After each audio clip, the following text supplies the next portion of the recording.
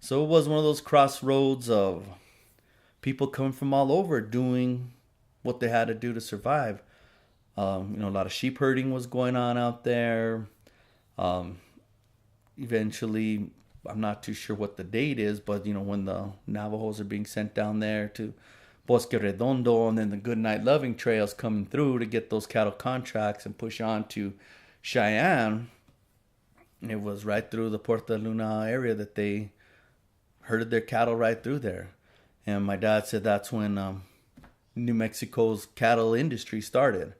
Up until then, it was mostly sheep. Most people did sheep, and that's what they herded down to Chihuahua and all over to make money.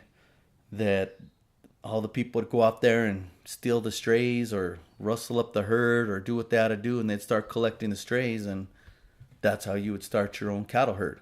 So as Americans are pushing forward with their manifest destiny and their cowboy and goodnight loving trail, Nuevo Mexicanos are seeing another opportunity to also get in the cattle business instead of just as the buffalo are dying off and there's no longer huge herds of buffalo for the Nuevo Mexicanos to go and aprovecharse de. They could go and now we can do longhorn cattle, what have you.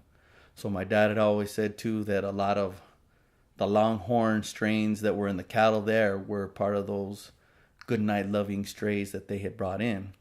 Because